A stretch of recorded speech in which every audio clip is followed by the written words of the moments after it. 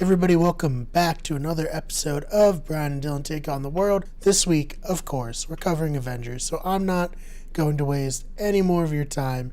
Here's the show.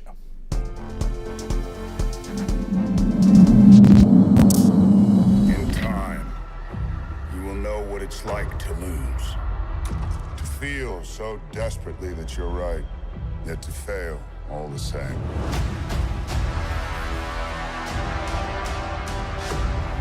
Dread it. Run from it. Destiny still arrives. Ladies and gentlemen, welcome back to Brian and Dylan Take on the World. I am, of course, your co-host, your probably least likable person on this whole channel, Dylan. I don't know about that. They still have me to contend with. I am accompanied by my good friend Brian. Brian, I'm a little like I'm very excited to talk about this. Yes. And then now we just recapped this about 20 minutes before jumping on, but then now I think it fully hit me just how amazing Avengers Infinity War was. Yes, by the way, I'm Brian, everybody, and yes, what a feat of movie making to have a coherent story that not only flows well, has decent pacing, but also makes sense and has scenes feeding off one another. It just what a film. So obviously today we are reviewing Avengers Infinity War before Brian just went on that little ramble. Yes. It's the thing that this podcast has been building towards, has been waiting for what, about 2.5 months now, maybe 2 months. Yes. It's all been coming to this. I don't even know how we'll have a podcast after this, but we're gonna have to trek on just to get to Avengers 4. Mm-hmm. But Infinity War came out this weekend. Mm-hmm. Brian and I both saw it twice. Yes. And up front, right away, I guess, we're gonna do a very, very, very brief non-spoiler review. Yes. And then we are going to do a very in-depth, lengthy spoiler review. So, Brian, if you want, you can kind of cover the non-spoiler review for us right now. So in this film, Thanos is trying to obtain the Infinity Stones. The Avengers team up with the Guardians and attempt to stop it. We have tons of crossover of characters, some kind of odd pairings that end up working incredibly well. It's everything you love about Marvel movies is here.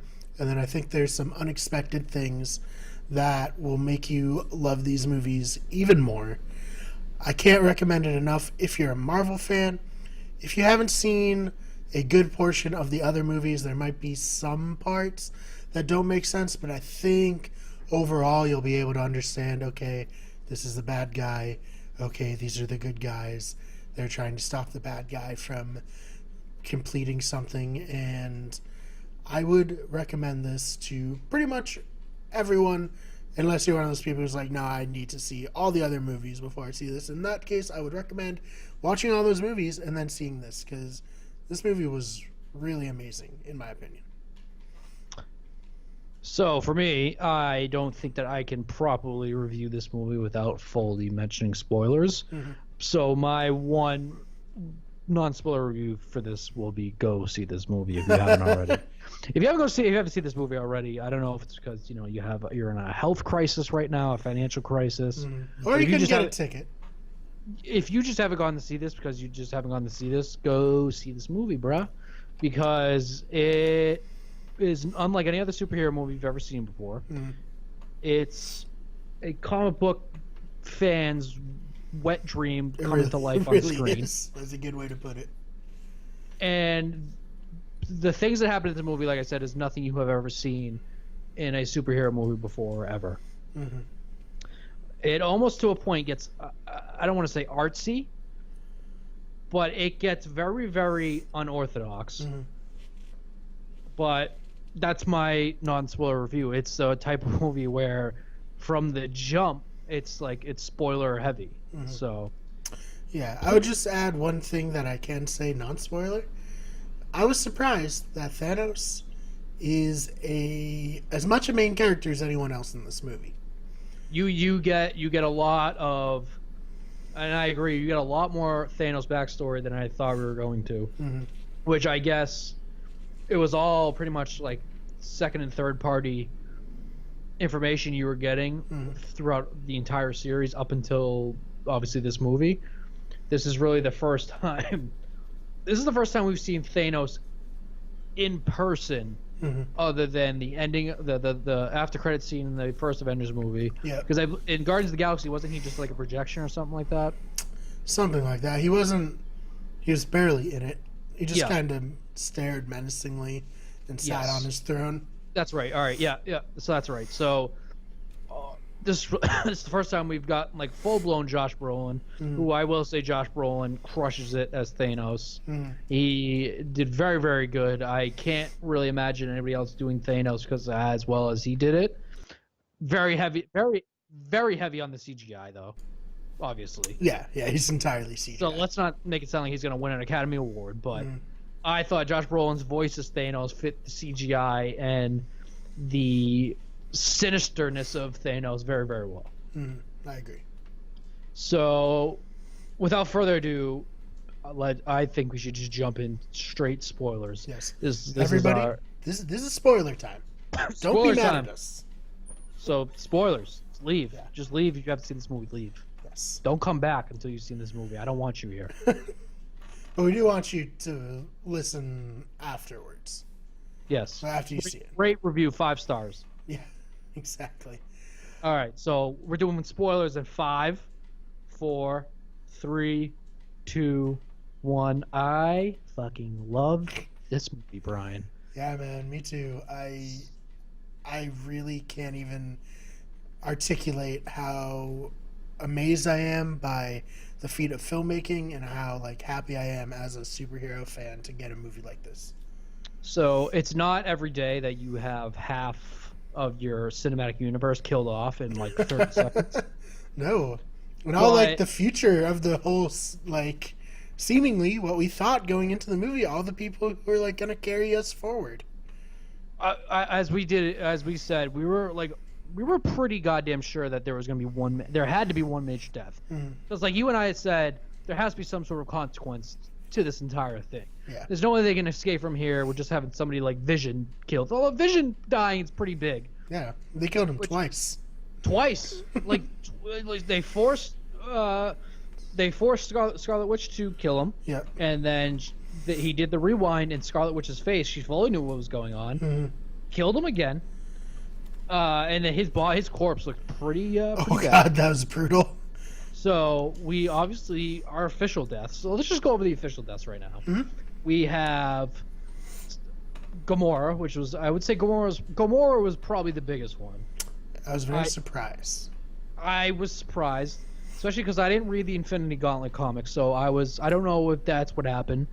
Very surprised I haven't read it about either. that. I was. Let's just jump into that scene first. As we're doing, so we're gonna do deaths. Let's review the deaths quickly. So we have Gamora, and then we obviously have fucking Red Skull out of nowhere on I think the planet's called Vormir. So Red Skull just comes out of nowhere. Yes, he says he was rejected by the Space Stone and banished here, kind of like cursed by the Space Stone. And by the way, I'm now like a spooky ghost. Yeah, he is a ghost now. I thought it was like a Death Eater at first. Yeah, right. Now we're getting a little too much crossover with this I know. guy. I was like, oh, I wonder, like what character this is. Like, this must be a Marvel character I'm unfamiliar with. So I did confirm that it is not the same voice as the original Red Skull with Hugo Weaving. Yes, it is not Hugo Weaving. At first, I thought it was the guy that plays Littlefinger in Game of Thrones. Right. I thought that was his voice. I guess it was some actor who's a dinger. I don't know. Regardless, you get a little Red Skull, who we obviously have not seen since Captain America, the first Avenger. And that whole scene worked great because we didn't know how he was going to get the Soul Stone. Right. No idea. That was the one stone we didn't know where it was. And I'm really glad in that video we didn't do a theory because we never would have guessed this. No, I can safely say that. Yeah. So then obviously we find out that the only way to get the Soul Stone is for Thanos to give up something he loves, to sacrifice something he loves. Gamora laughs in his face, thinking, you don't love a goddamn thing in this universe. You're screwed. You're not going to be able to get the stone. And then as we mentioned earlier, we see a real, I guess you could say, human part to Thanos. That, one, he actually truly did love Gamora. Yeah. Two, we actually see Thanos. We see how far Thanos is willing to go to get all these stones and to fulfill what he thinks is his destiny. As he says, he rejected his destiny once; he won't allow it to happen again. And chucks Gamora off the top of the mountain. She dead. Yeah, like they lingered on her broken body and everything to just really drive home that she is super dead. She is very, very dead. So she is body one of who is officially dead. Officially dead number two. We obviously have Vision, who we just discussed.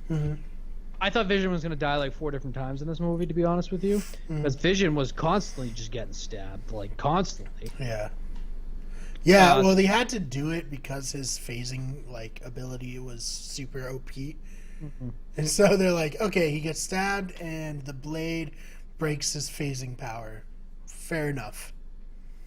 Which that first scene when I first saw that, when they're in Scotland, just comes out of nowhere and he gets jacked. Yeah. I was like, oh well, that's Vision.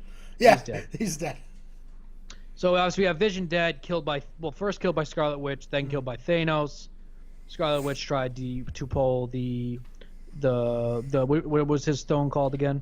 His soul stone is the Mind Stone. The Mind Stone. We did a whole video on it. I probably should know that. That's all right. She destroys the Mind Stone, kills him, but then, oh, by the way, as we mentioned, Thanos has Time Stone, which plays a pretty big part in all this, since you can just rewind to fast forward. That was such a good scene. Do whatever you want. So another thing that we've never seen in a movie like this before is you see Scarlet Witch basically do the thing she was trying to do the most and end up killing Vision, who's her love. It kills him, so she's already dealing with that guilt, and then you're like, oh shit, like he's not gonna get the Mind Stone, but he still has the 5 others, excuse me, and he just rewinds it. Like, it was such an emotional scene. Then out of nowhere, like, hey, oh yeah, I have the Time Stone, idiot. Rewinds it, obviously kills Vision. Then he now has all 5 stones. Pretty important based on what happens next. Yeah, I mean, in order for this movie to have the consequences that ultimately it does have, he needs all 5 stones, and yeah, or I guess 6 stones rather. And I want to go back for deaths just for a minute, because Loki and Heimdall die at the very beginning, and I think definitely dead for good. Both. I agree. I can't see Loki doing another Loki trick. Like, I can't see him doing more mischief. I think that was a very, very real death scene for him. And then Heimdall, I had figured once we kind of pieced together that was the ship that they were being attacked. But still pretty brutal. But he did the awesome thing. Obviously, he projected Hulk back. Yeah, open the Bifrost one more time. But Thor, literally, I mean, they go into this movie. Thor basically lost like everything he had left. Yes. On that ship. So let's kind of touch up on there since we're there now. We'll start with that scene. We're gonna try to recap basically like points of the movie. So we'll start with that. Obviously, Thanos' ship is attacking, destroying, and killing what's left of the Asgardians in their refugee ship. When I think really, really crazy moment, the Marvel credits come, and there's no music. Just from the jump, you're like, "All right, this is a different beast." Well, it was almost like it was like a World War II movie, right? Because you have like the radio call of the Asgardians, which I thought that was awesome. So obviously we get there, Thanos is just fucking messing people up. Yeah. And then we get in. So one thing I wasn't sure about, Valkyrie didn't seem to be on that ship. No, and then later on, Thor says that he killed half my people. And so I guess Valkyrie's going to be that part of the half that didn't die. Just so they can be like, okay, we can use Valkyrie in the future. Part of it was also because maybe she was just too busy filming Westworld. Wait, alert. Your boy's caught up on Westworld. Yes. Oh, man, that means you can join the podcast. I am. Don't fully spoil it for me yet, though, because I'm not going to be caught up until you're hearing this podcast now. Gotcha. But I am all caught up, man. I'm on the final episode of season 1. Got 2 other episodes left, including the new one. So I'm there. Awesome. But back on to Avengers. No Valkyrie, which I kind of like, but it really seemed like there was no way anybody survived that other than Thor. But anyways, they must have sent them elsewhere before they did all the blowing up of the ships and stuff. I don't know. Yep.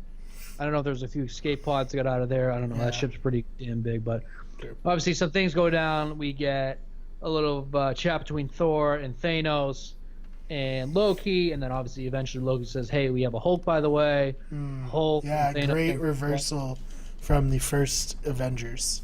And then we really see how good Thanos is in combat, hand-to-hand combat specifically. He messed Hulk up. Yeah, and granted, he has the Power Stone at this point, so there's that. But his speed was it was impressive. Yeah, the Hulk was swinging very wildly, and then Thanos was like a boxer, just like picking his shots and just literally beat the Hulk so bad he doesn't show back up in the movie.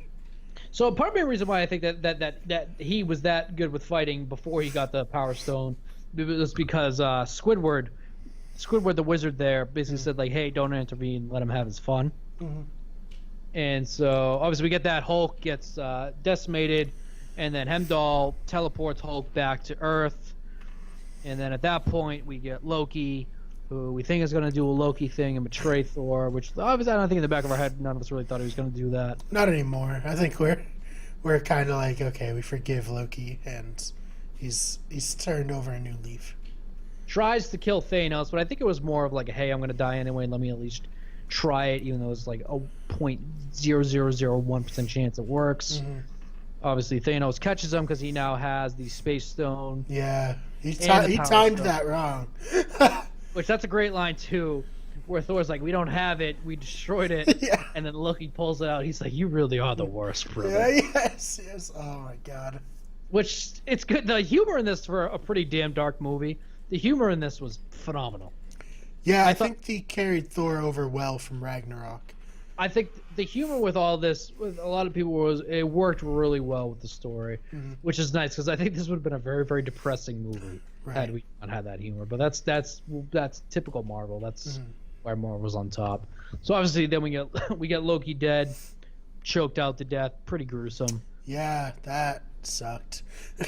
So then Thanos is like, "Hey, I'm out of here. By the way, I'm just going to destroy the ship and everybody else on here." They bounce out of there. Thor is left to die, presumably. We obviously then get Hulk crashing down from the Bifrost into New York, into Doctor Strange, his little place. Doctor Strange and Wong are like, "Hey, what's going on here?" And then we obviously see that Bruce Banner is coming back to being Bruce Banner, and he's like, "Holy shit, Thanos!" And then I love that part where Doctor Strange goes, "Who?" Yep, and that's the whole cold open of this movie. Very long cold open. I think it was 15 minutes long. Yeah. And then it cuts to that, and then obviously we get Tony in the park talking about life after being Iron Man. We see his cool little new, which we didn't see. I don't think we fully saw in Spider-Man: Homecoming, his new little power chest thing. Yeah, his I've got the actual name technology. Yes. There's like arc reactor looking chess piece.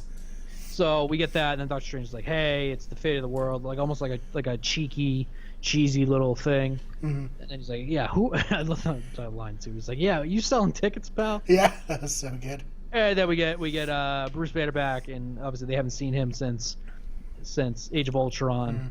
And he's like, "Hey, Thanos is coming." So then we get the backstory of Thanos. The Big Bang caused all these stones. Yep. Wong is proving saying what's going on. and then he's like, "Hey, tell me his name again." It's Thanos. And then all of a sudden, we start to hear some shit going on outside. So Wong, Doctor Strange, Bruce, and Tony head outside, and we see that a Thanos ship has arrived. Really cool technology they're using. They're basically like sucking everything up, whipping it around. We got chaos, and then we get obviously Squidward, and then we get like the Thanos version of the Hulk. Yep. So this is Ebony Maw. Yep. And the Thanos version of the Hulk is Cole Obsidian. Okay. So it's not that important. I don't know if any of them are actually named in the movie. I wasn't 100% sure, but I'm just going to keep calling him Squidward because they called him Squidward. Yeah. I think Ebony Maw does get mentioned by name by Thanos later in the movie. I think you're right. When he asks, is he dead? Yeah. Yeah, but I can't remember them naming Proxima Midnight, who's Carrie Coon's character, or Corvus Glaive. Maybe when they're talking between the Shield, but ultimately they're just here to be like menacing, but people that the Avengers can take out to make us feel like, oh, they could win this. You kind of just blew my mind. I didn't realize that was Carrie Coon until right now. Yeah, I actually wonder if they cast her because of the ending. Very, very interesting. I did not realize that was Carrie Coon until now. That's pretty cool. Yeah. But anyway, so obviously we get that. We get a little bit of battle where Doctor Strange, Iron Man, Wong, and the Hulk. Well, sort of not really the Hulk. There's just banners there. The Hulk his pride is completely shattered after getting destroyed by Thanos, so he wants nothing to do with any of this. Right. So we get a cool little battle there, and then we see Spidey jump into it, which I think Spider-Man. You said it a few podcasts ago that Spider-Man's strength is on par with maybe even Captain America. Yeah. And I told you to go fuck off. But I think his strength, he was really strong in this movie. Spider-Man is super strong, man, I'm telling you. He caught the punch of the Cole Obsidian. Yep. And then from there on, I was just like, okay, Spider-Man's pretty strong. And he catches it super nonchalantly, too. Yeah. Like, he's about to lay a, final blow on Tony. He just pops in. He's like, hey, Mr. Stark, what's this guy's deal? So we get that little fight, and then obviously the Cole Obsidian gets sent into, I guess, what can we call that little Doctor Strange time warp thing? Yeah, I don't know. I've just been calling it a portal. We'll call it the portal. He gets caught in the portal. His arm gets sawed off. He dead. Yeah. And, well, so he might not be dead, but he's with the arm later. Yeah, you think he's dead? He ain't. But so we get that, but we also get Squidward taking Doctor Strange up above because he's refusing to go up the Time Stone. Spider-Man told on Doctor Strange. Tony Stark told him to. Getting sucked up into space. Tony Stark's flying up. Spider-Man is gonna pass out and die presumably because he's falling back down to Earth. And then, as we see in the trailers, we get Spider-Man with the Iron Spider suit. Yeah, so good. Did not disappoint. That whole scene, the cinematography in that, when they're flying up into space and you get Spider-Man holding on to the ship and you see space around him, that was awesome. Yeah. And then I love the part where Tony just sends him home with the parachute. Yeah. Obviously, Spider-Man was not just going home. No. So Spider-Man's eventually escapes parachute and is trailing on back, but then we now have Tony, Spider-Man, Doctor Strange heading into space and now heading into deeper space with Squidward and the Time Stone.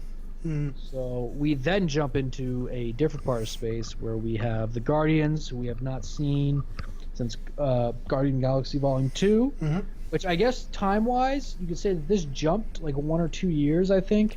Yeah. Between Guardians Galaxy Volume 2 and this movie, which is actually referenced that the time between Captain America Civil War and this movie had been multiple years. So we know that it's been a few years since pretty much everything that we've last seen has happened. So like Black Panther has been king for multiple years now. Yeah.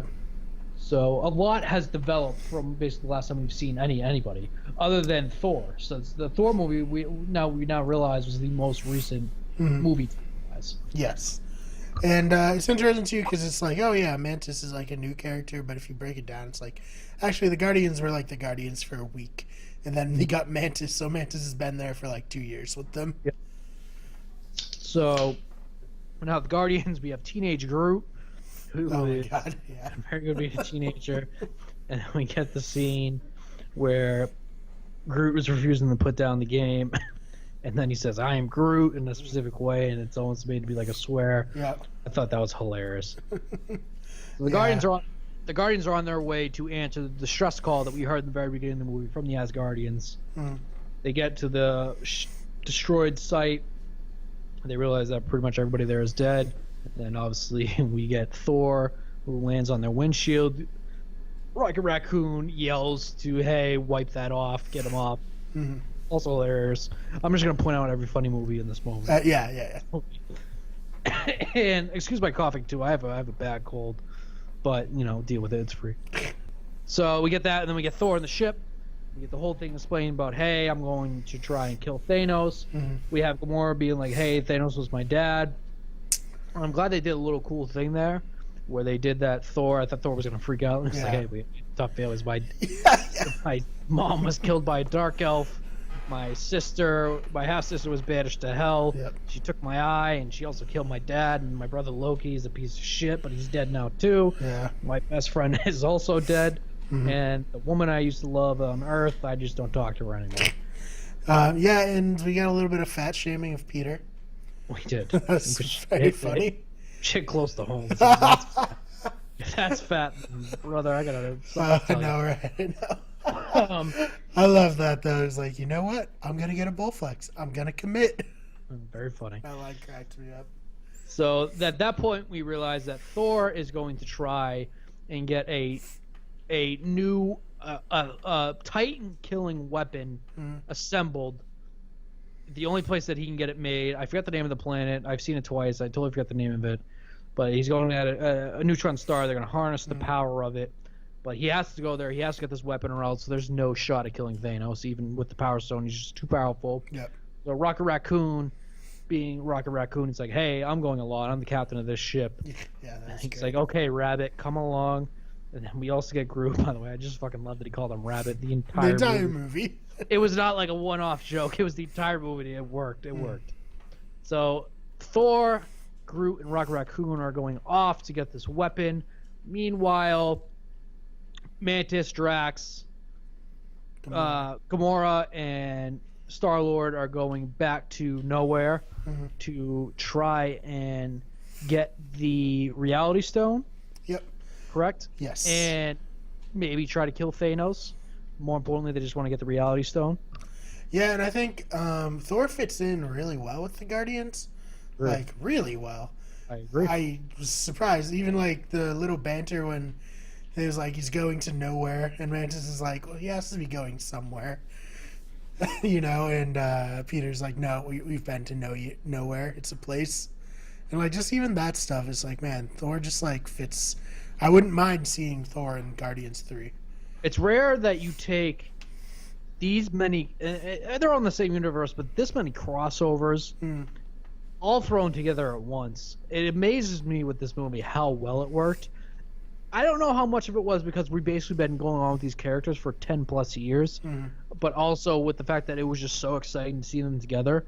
But it worked. Like you just said, it just worked so well, and I think on all fronts it worked well. We'll get into a little bit later when we have a Iron Man and Star-Lord crossover, but we'll get to that. Right. So the Guardians are off to nowhere. Thor is off to get his new weapon assembled.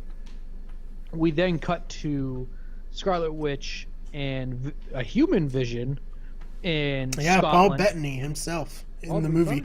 Paul Bettany again. Who I always get confused with Jude Law. So we get Paul Bettany. We get Vision and Scarlet Witch in Scotland. We obviously find out they're on two different sides of the events that took place in the Civil War. Yeah. Scarlet Witch is on Captain America. Vision's on Iron Man, obviously, because Iron Man basically made Vision. We find out they're very, very much in love, and they're banging, and they're in Scotland, and then they're like, "Hey, I need to go back to Captain America. I have responsibility to Iron Man, but let's stay together." And then all of a sudden they see that New York was attacked. I'm like, okay, never mind. We gotta go handle our biz. Yeah. And then your girl Proxima Midnight. Yeah, Proxima Midnight. She comes and along with Corvus Glaive. Hold on, gotta edit that out. I don't know if that's Corvus Glaive or not, but Hold on, just give me a sec. An ad started playing on a web page I have open. So 30. I'll let you jump in. Just let me know. So yeah, we got Proxima Midnight and Corvus Glaive, and Corvus Glaive just straight shanks Vision. As I mentioned earlier, I thought he was just straight up dead, but then we get a little fight there.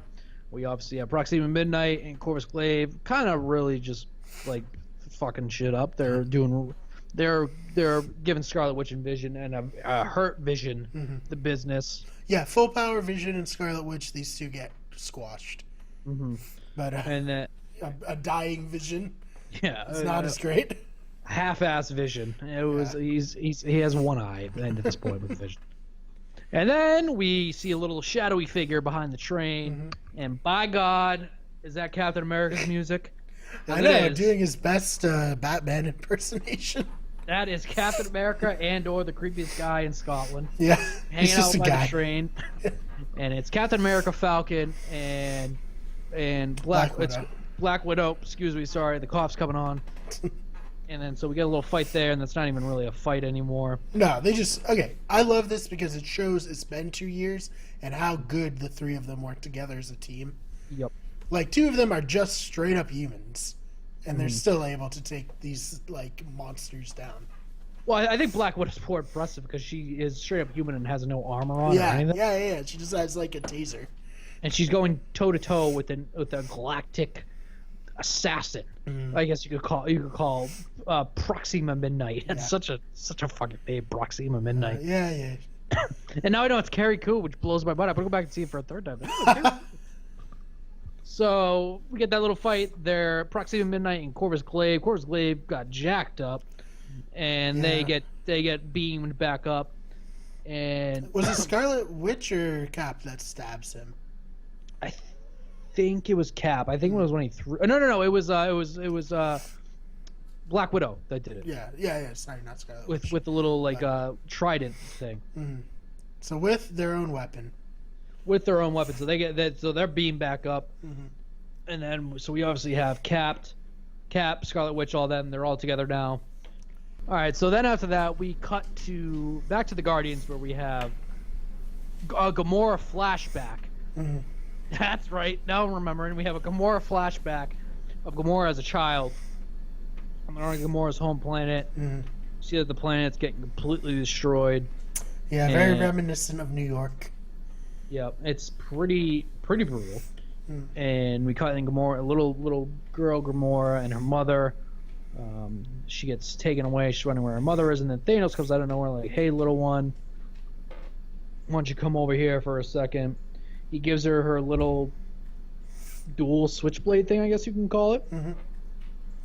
Takes that, and then you see in the background that half the people there are being killed by a firing squad, the other half on the right side. And then we kind of see how Thanos and Gamora came to meet, and then we cut to present day Gamora on the ship talking to Peter like, "Hey, if there's a chance that Thanos can get me while we're on Nowhere, please promise me, swear on your mother, that you will kill me rather than let him take me." Right. And Peter, of course, is like, "Well, I really don't want to, but really, I swear on my mother."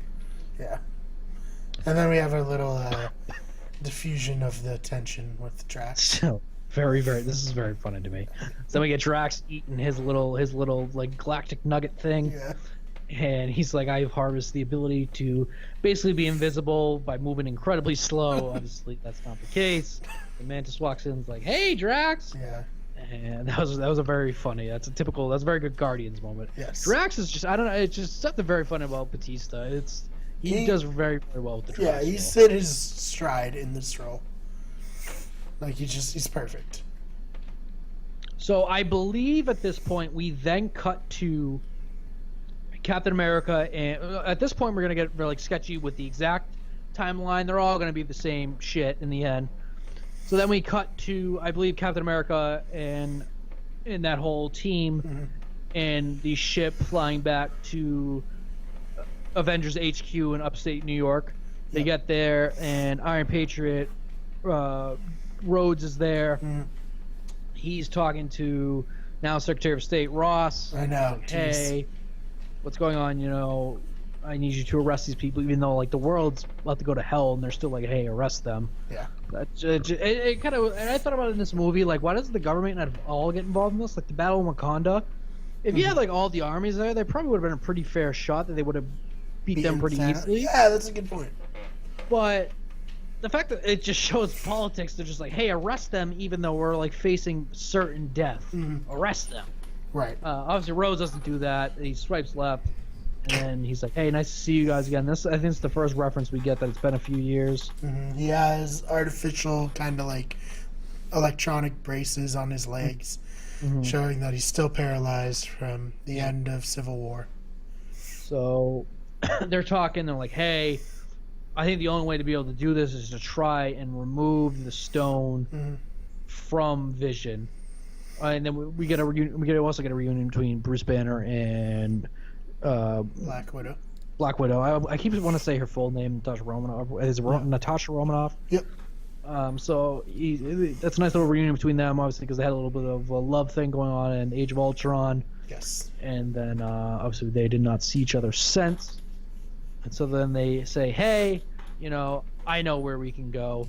And then we cut to fucking Wakanda, which I love that so Black good. Panther music. We cut to King T'Challa walking down through the fields, and then we see White Wolf / Bucky Barnes there. And then we finally see how Bucky gets his new arm. And we're like, hey, the fight's coming to us, brother. Yeah, I kind of like this because it's, you know, the farmer, pretty like classic scenario, like the warrior who just wants to retire. He's getting called back into battle. And he finally gets his nice new arm, which we were talking about how he's going to get it. Ooh, So very nice color. So then I believe at this point we then cut to back to the Tony Stark and Spider-Man. I believe this is where we cut back to them. I believe so. So we cut back to the ship with Squidward, Tony Stark, Spider-Man, and Doctor Strange. And Doctor Strange's cloak. Yep. I was watching an interview, and for some reason, Benedict Cumberbatch is very specific that it's a cloak, not a cape. So I want to honor his wishes. It's very silly. But So we cut to that. Doctor Strange is being tortured by Squidward. Squidward's like, you're going to give me that time stone, goddammit. And then he's resisting. And then Spider-Man comes up with a plan that, like, hey, you ever see that old movie Aliens? So then they come up with a plan, and they start fighting Squidward. They blow a hole in the side of the ship. Squidward gets sucked out. And then Spider-Man, we finally see Spider-Man's new little iron legs. yeah, Saves Doctor Strange from being sucked out as well. They're all safe. And then we also see Squidward drifting off into space, frozen. I will say now, I'm not convinced that he's dead. you think he might come back? Yeah, he's frozen for how powerful that dude was. I don't think he's dead. Yeah, Because we see him freeze, but we also saw him do a lot of other magical things before this movie. I don't think he's dead. We'll get into if that matters or not in the very end. Right. Yeah, a very strong powers, kind of like a warlock wizard type character to actually outmatch Doctor Strange. I would say that he's arguably more powerful than Princess Leia. Probably.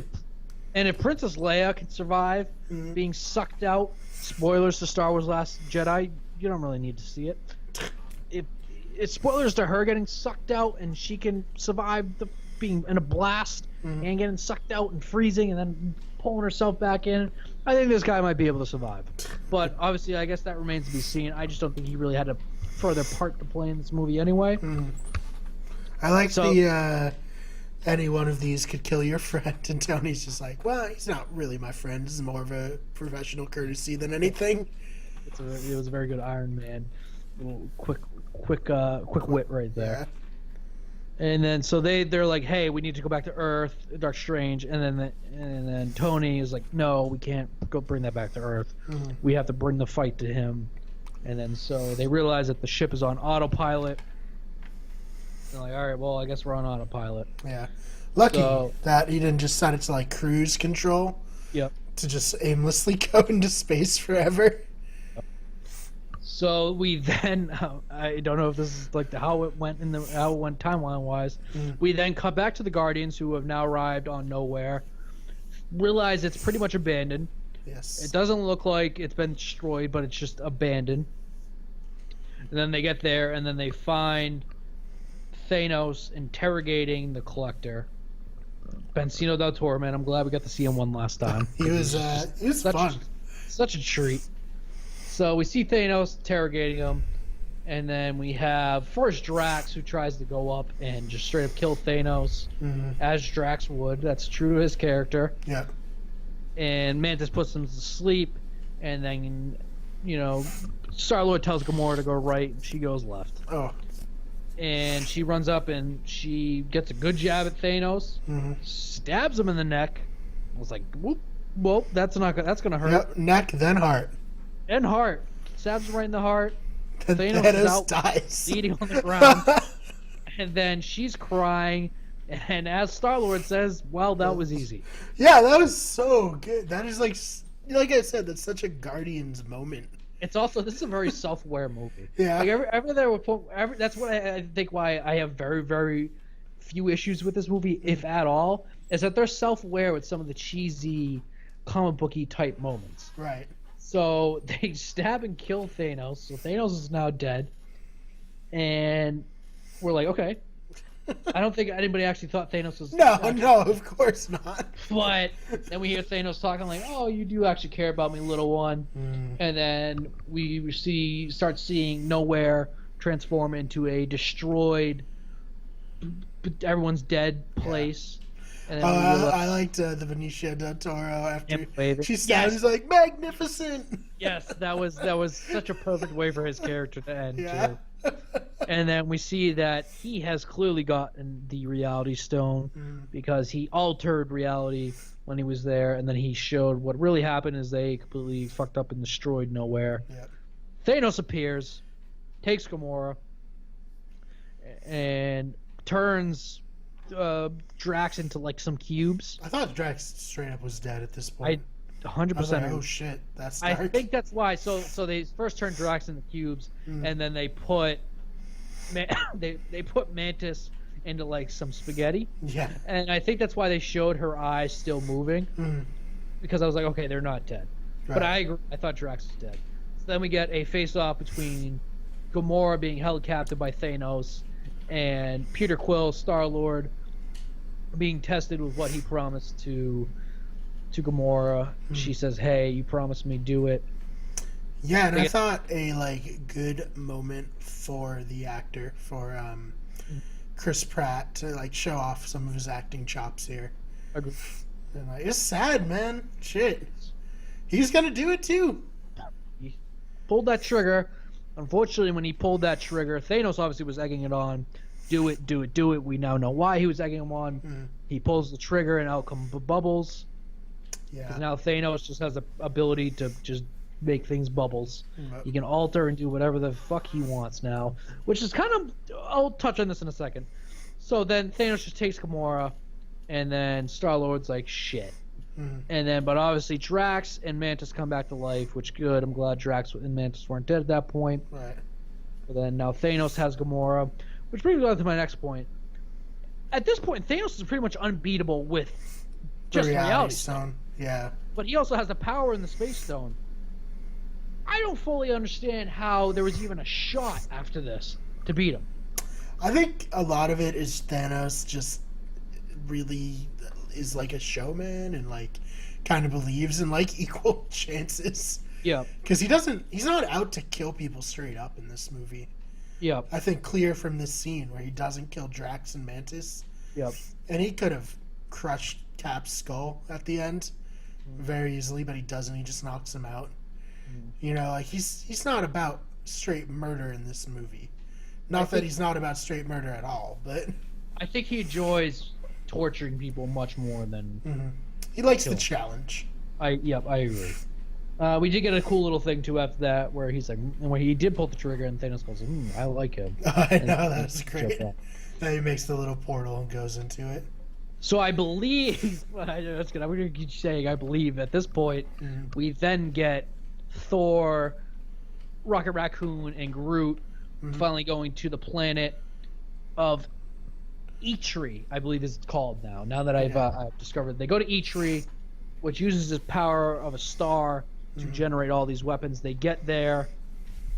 Before this, Thor is telling a little bit of a backstory of pretty much the messed up life that he's had.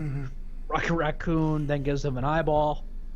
Oh, yes, yeah, they were like, you know what? We don't like the pirate Thor look. We're changing it now.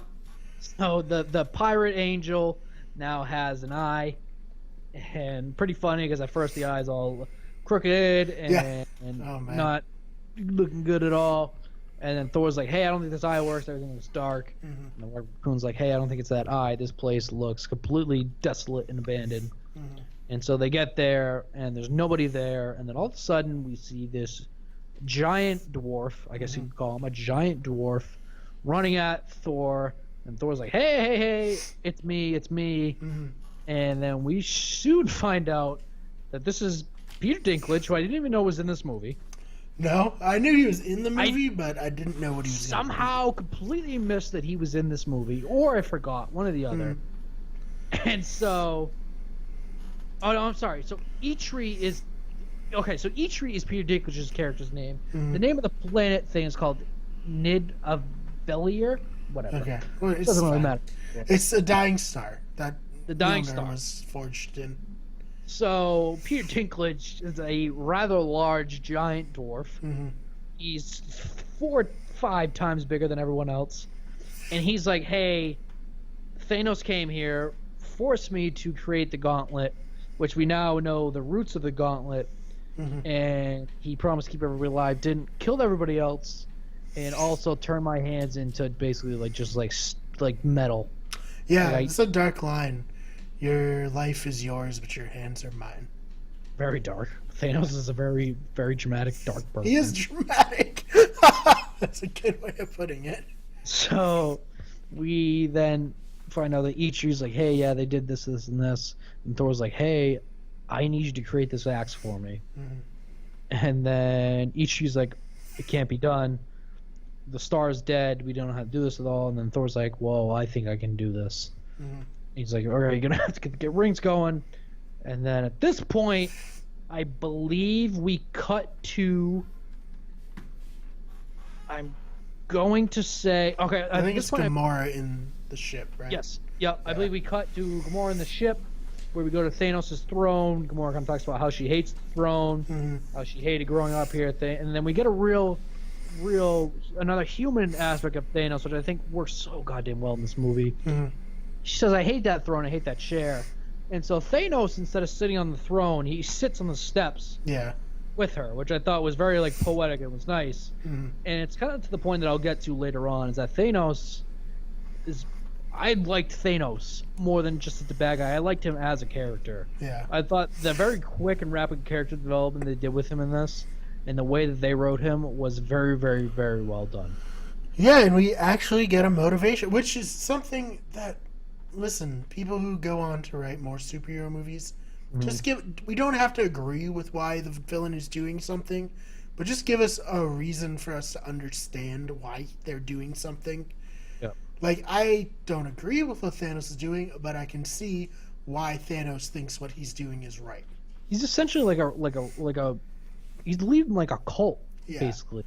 He's reading this is like a cult version. This is like an Avengers version of a cult. Yeah, he's the biggest eco-terrorist out there.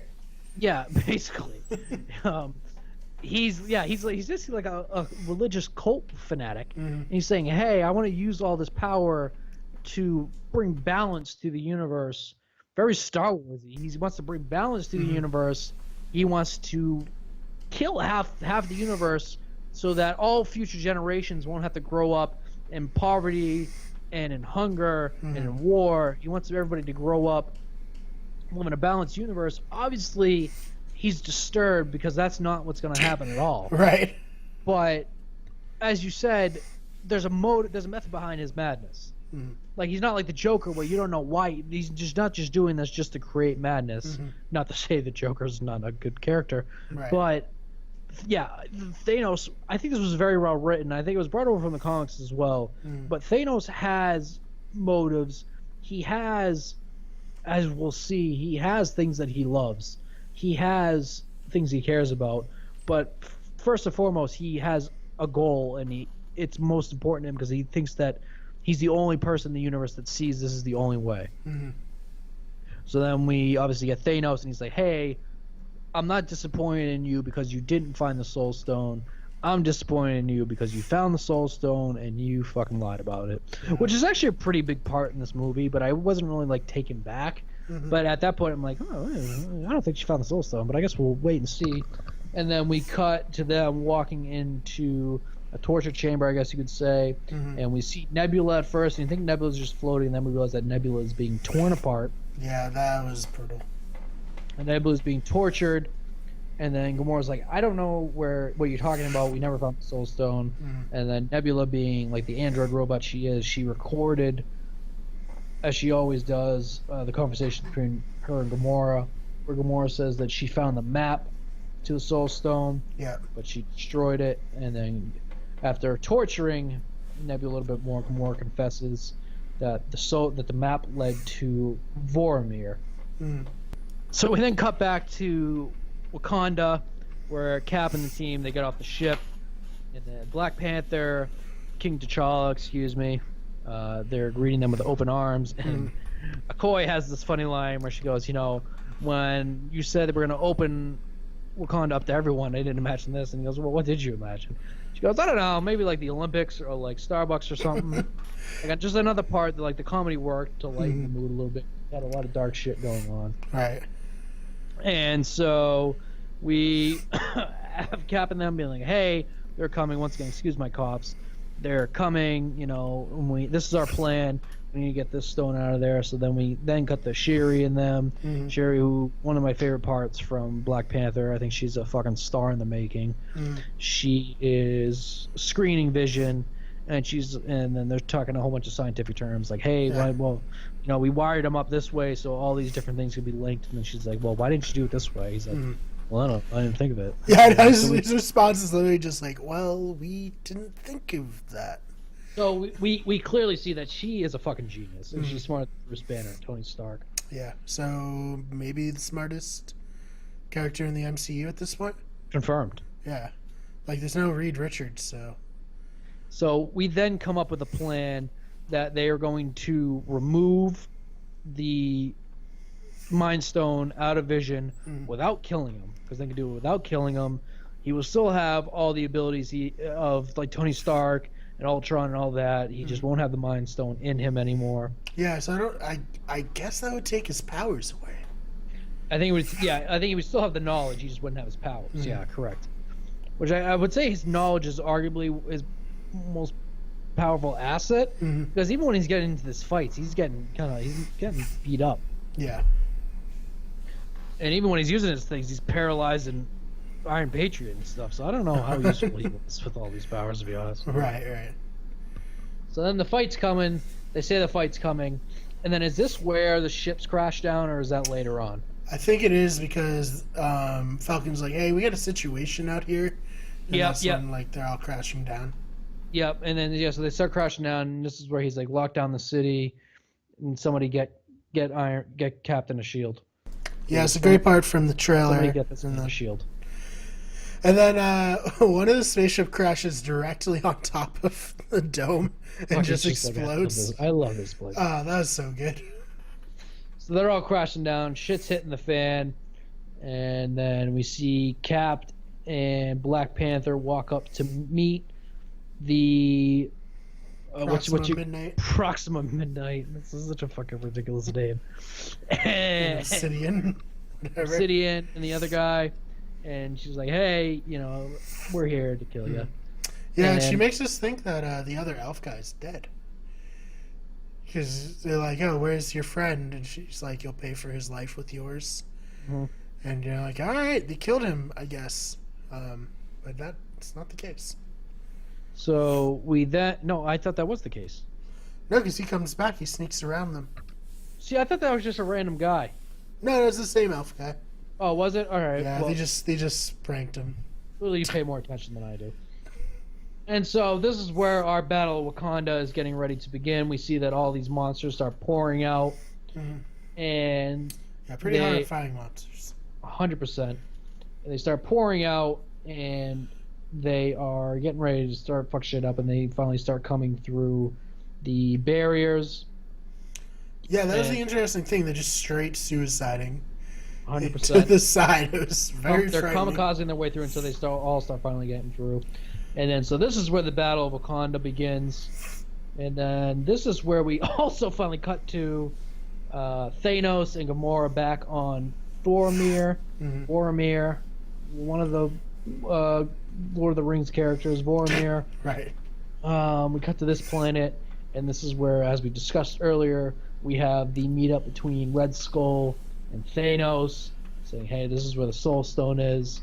You need to sacrifice something you love. Gamora doesn't think he loves anything, as Gamora will quickly find out.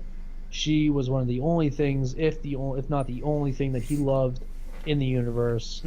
And for the Soul Stone, Thanos throws Gamora off the mountain, effectively killing her, I believe, for good. I think if any of the characters straight up died, like didn't get disappeared, like straight died, then they're dead for good.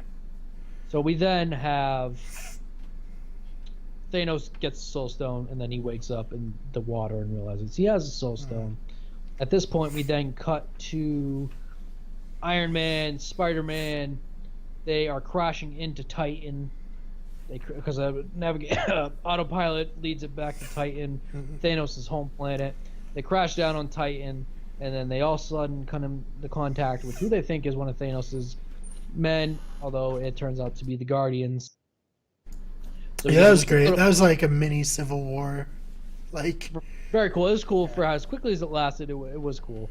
And then I love the part where they're in the fight, and Doctor Strange goes, Who do you serve? Who's your master? And Star-Lord goes, what do you want me to say, Jesus? Yeah. That part, I think that was my favorite comedic part of the movie. That part makes me laugh each time I've seen it.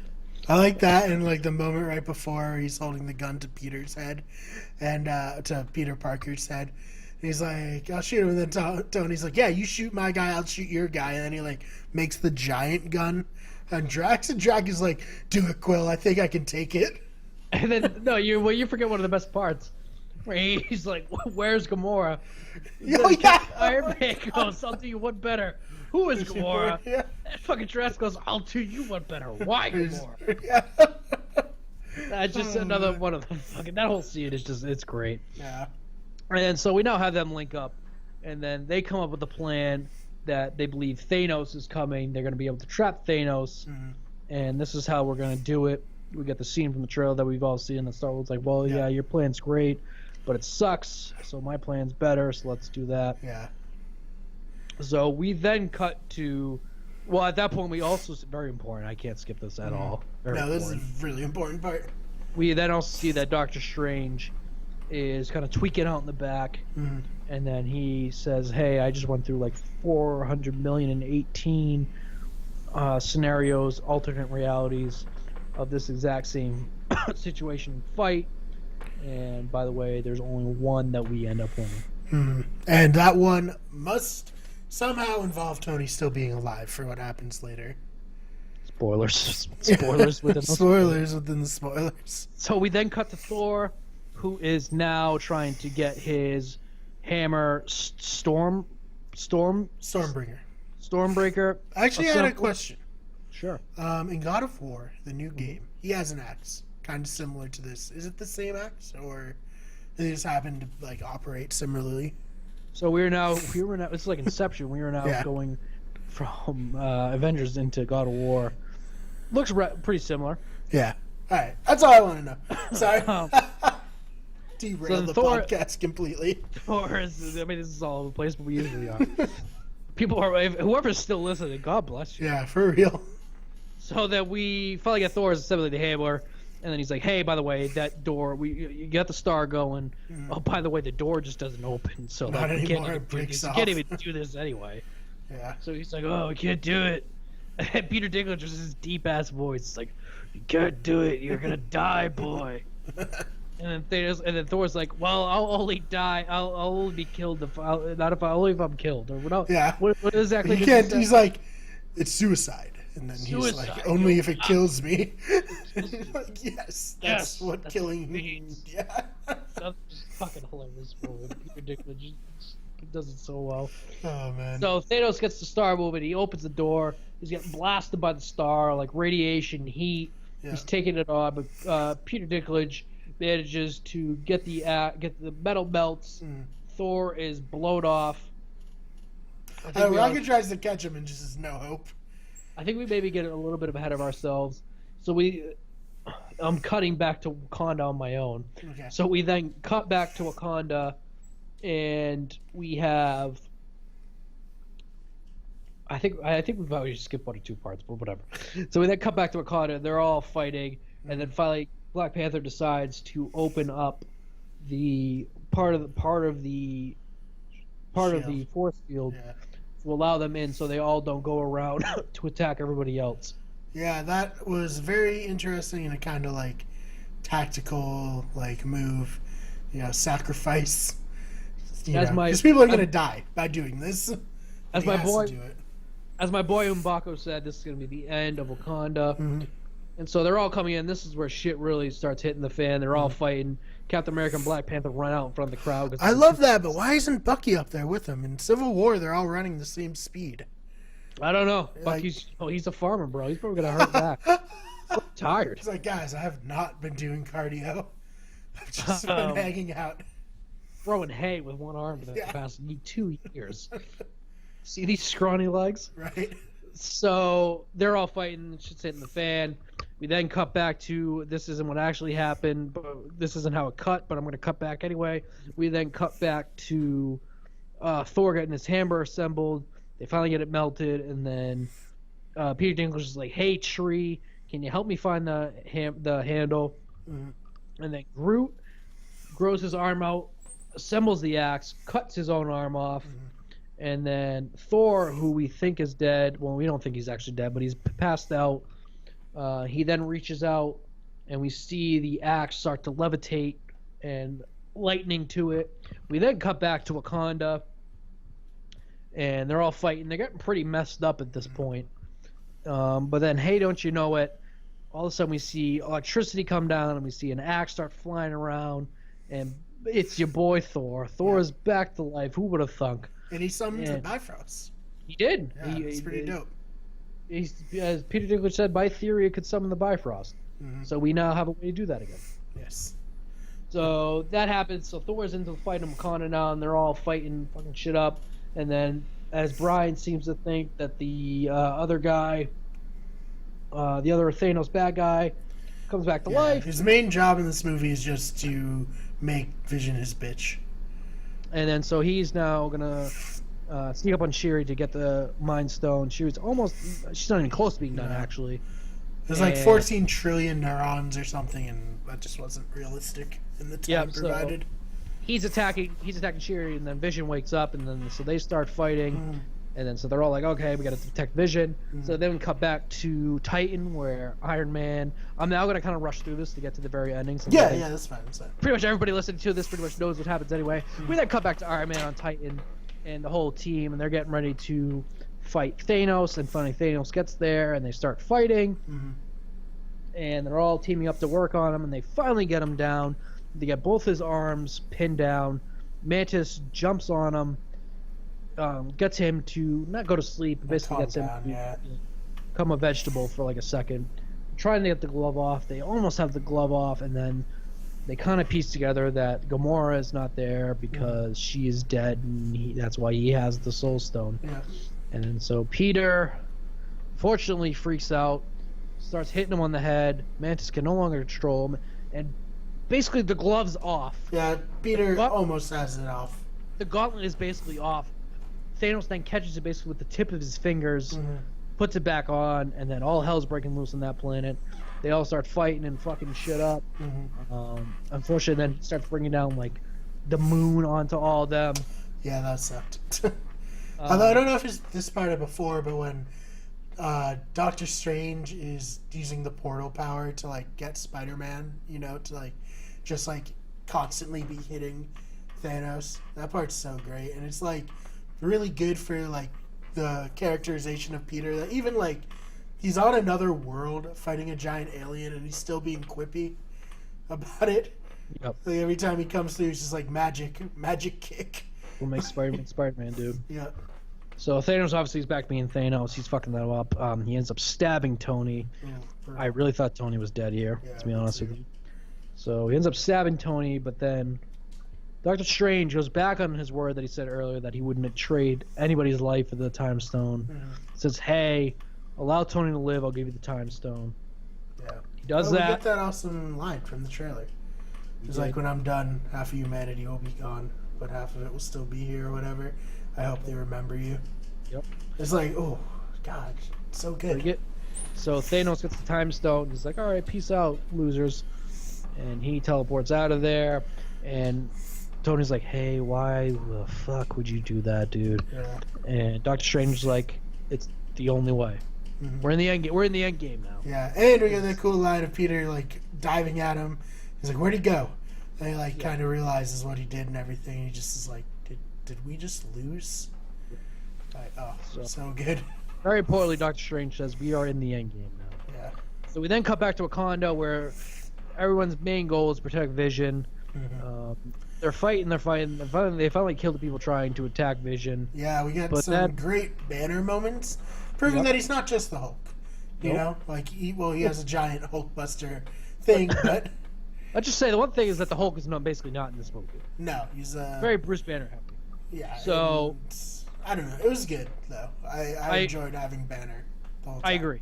I agree. So after that, obviously Thanos pops up in Wakanda. They are all fighting Thanos, but Thanos is too powerful. It's a joke. He's just like pushing people aside. Yeah, like... he's just messing everybody up. And then so we get to Thanos.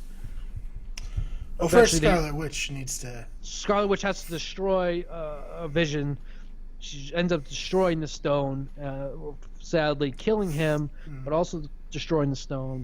But Thanos now has the Time Stone. Yeah, another great line too, where he's like, "This is no time to mourn. This is no time." He rewinds it. Oh, so good. Rewinds it, kills Vision, takes the stone. He now has all 6 stones. Very, very powerful now. We also, before this, we got the scene that we saw from the trailers with Cap and Thanos fighting, and Cap being incredibly strong. I thought that was going to be where Captain America dies. Ends up not being the case. Yep. Just gets knocked out a little bit. Yeah. So then Thanos now has all 6 stones, and then he's very, very powerful. And then all of a sudden, our boy Thor comes out of nowhere, throws the axe at Thanos, hits him dead and center in the chest. And if this were a standalone movie, this would be the end. 100%. throws the axe at him. He's in there. Thor's there. He's like, "Hey, sorry, you've lost." Pushes it into his chest, and then Thanos unfortunately says, "You should have went for the head, idiot." Snaps his fingers, and then we cut to him and Gamora. Little kid Gamora. She's like, "Hey, did you do it?" He's like, "Yeah." She's like, "What did it cost?" Everything. We then cut back to Wakanda, where Thor's like, "Hey, what did you just do? What happened?" Thanos pieces out, teleports out of there. And I love this because it's like there's like a moment where nothing is happening, everything's fine, and then Bucky is like Steve, and he dissolves, and that just starts like a huge chain reaction of we're just losing all of our heroes. Everyone's disintegrating into the air. Thanos has done what he wanted to do. He accomplished. He has now wiped out half the universe. It's Bucky, Black Panther, Groot, Scarlet Witch, Falcon, M'Baku, pretty much everybody on Wakanda, almost essentially. Only people left alive on Wakanda are Black Panther, Okoye, I think Mbarku was still there. I think there's a shot of him Oh, is it? looking Okay. confused as to watching everyone else like disappear. Gotcha. Okay, so he's still there. Iron Patriot, Black Widow, Yeah. Cap, Bruce Banner. Yeah. It's basically the original Avengers plus McCoy Yeah. and Iron Patriot. And then we cut back to Titan, where we have Tony, where everybody's starting to die. First we get Drax. Drax starts fading away. Mantis. And then we cut to Doctor Strange, and Doctor Strange's like, it was the only way. He disappears. Yeah, and Disappears. then Tony says to Quill, like, stay Quill. And then he's like, oh, man. And he just that was disappears. very, very tough. Yeah. And then we unfortunately get the saddest part. Oh, my God, dude. Where we have Peter Parker, Spider-Man. He is saying, Mr. Stark, I don't feel too well. And you just then- could, like, see on Robert Downey Jr.'s face, like, he does it so well. Like, right when Peter says, I don't feel well, he just, like, knows. Like, basically, like, his son at this point is also going to be one of the people who die. Peter Parker is fortunately the last person we see disintegrate in this, minus the post-credit scene. He dies in a very, very sad way. We see the true, as I believe you said in text, we see that he's still a kid. Yeah, he's afraid. He's just a kid. He's afraid. He's scared out of his mind. He doesn't want to die. Fortunately, he dies, and then Tony realizes, because Nebula's still there, Tony realizes he did it. He snapped his finger. Half the universe is dead. Tony realizes, we lost. Like, this is it. Then we cut back to Wakanda. Captain America's like, oh, God, everyone's dead. I know. That's the last line, right? Oh, God. Yep, and then we cut to Thanos in, like, some hut up in the mountains. And Thanos is walking out, realizing what he's done. He smiles, and then we cut to credits. God bless. Oh, what a recap, Ryan. What a recap. Marathon. Jesus. This is some heavy-winning stuff right here. If you're still listening, you get, whoever's the one person still listening, you get the fan of the week, bro. Congrats. Because now we're getting into the good stuff. Yeah, we just get to talk about it.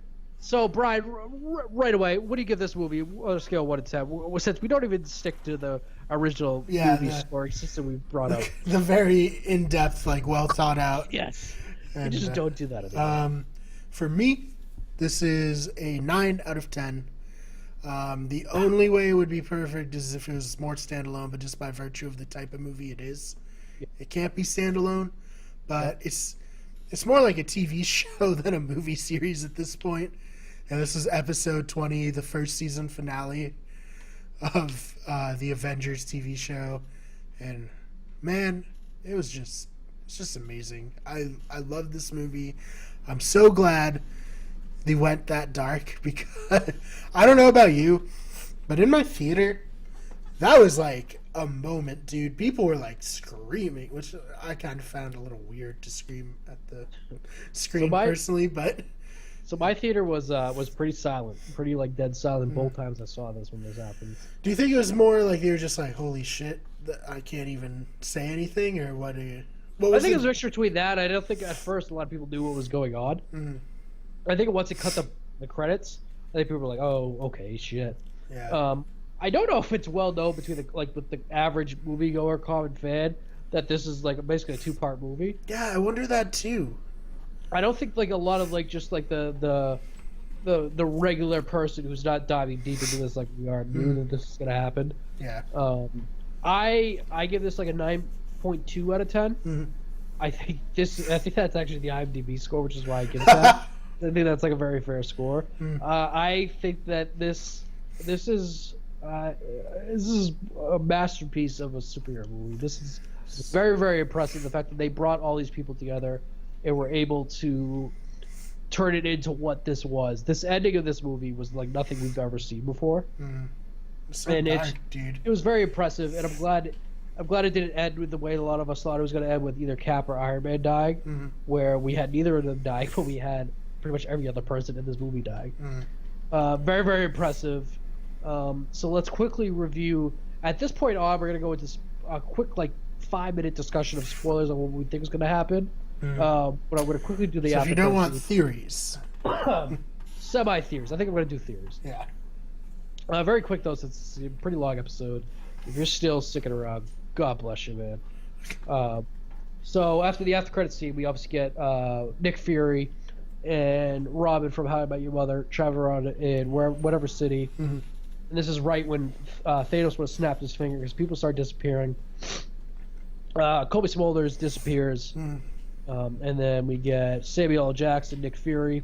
He starts to realize what's going on. He runs to the back of his SUV and grabs a beeper. And then unfortunately, we see that he is disappearing also. I did not expect that. Straight up. I did not either. Like Maria Hill, okay, I can see that. But Nick Fury? Oh, man. So Nick Fury starts to disappear. We get a typical Samuel L. Jackson, like, oh, mother. Yeah, that was more a So Samuel L. Jackson moment than a Nick Fury moment. 100%. It was so good. And then it cuts to the beeper. He drops the beeper. It's a fucking beeper. It's sending. And then we see that Captain Marvel's symbol pops up. Yeah. And then that is the end of the end credit. And then we just get Thanos will return.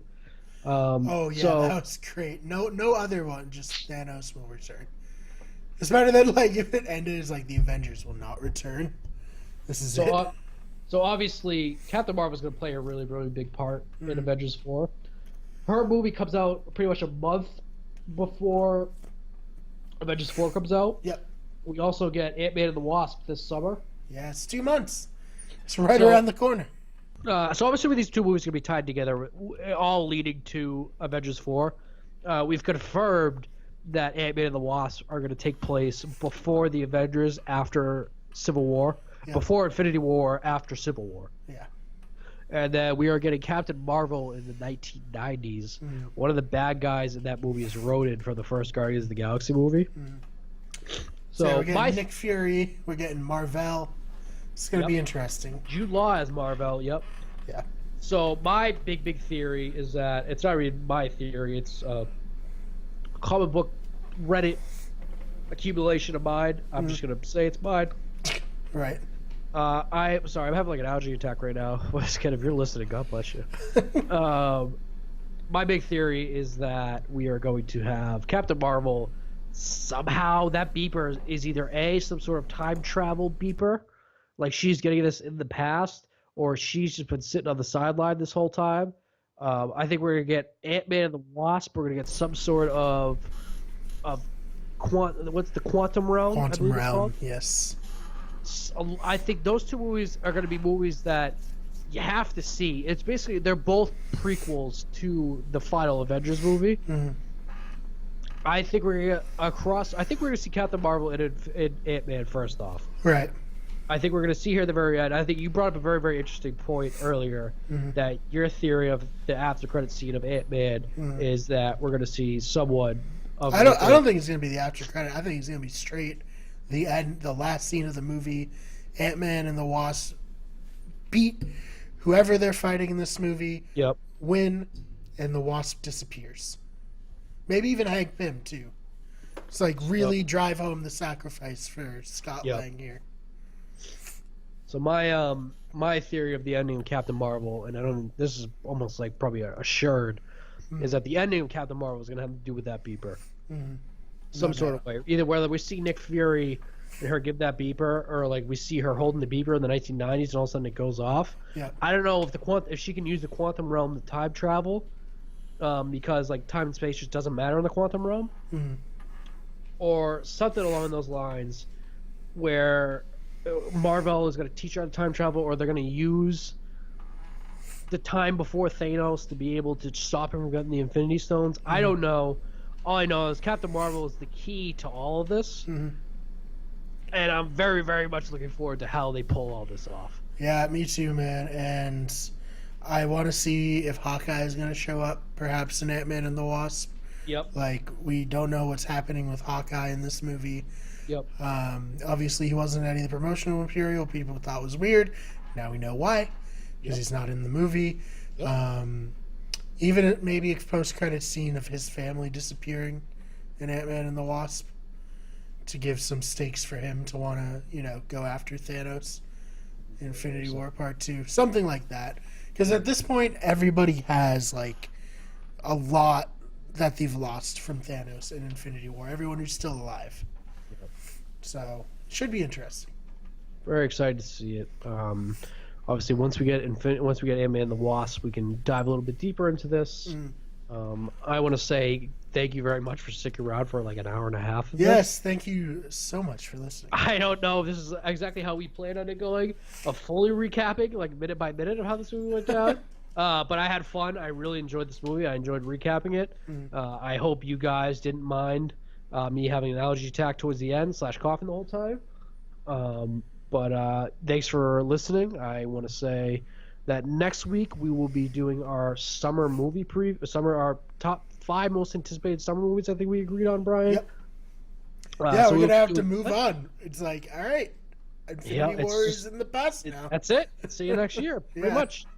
So we will be doing our top 5 summer movie preview, which I'm very, very excited for. This is one of the first ideas that we came up with when we came up with this podcast. And I would imagine one of us will put Ant-Man and the Wasp at least. Perhaps this movie pushed it into it. Infinity War. Right. And then I believe the week after that is Deadpool. Yes. I think. Yes. If it's not the week after that, it's 2 weeks after that, and then the week after that is Han Solo. So this is too much. It's a very, very fun month coming up. So if you didn't just unsubscribe after this episode, after the 2 hours of me chit-chatting and Brian just having to listen to me as well, you are true fans, and I love you guys. Yes, thank you so much. And, I don't think necessarily longer podcasts are bad. I think people sometimes enjoy having more to listen to. Yeah, if you're, like, putting us on in the background while you and, like, your partner are making sweet love... That's why we made the podcast. That's why we're here, baby. You just got caught up on the Avengers as well as had some. I think we should just end this podcast. All right. Well, thanks for listening, everybody. All right. We will see you guys next week. Love you guys.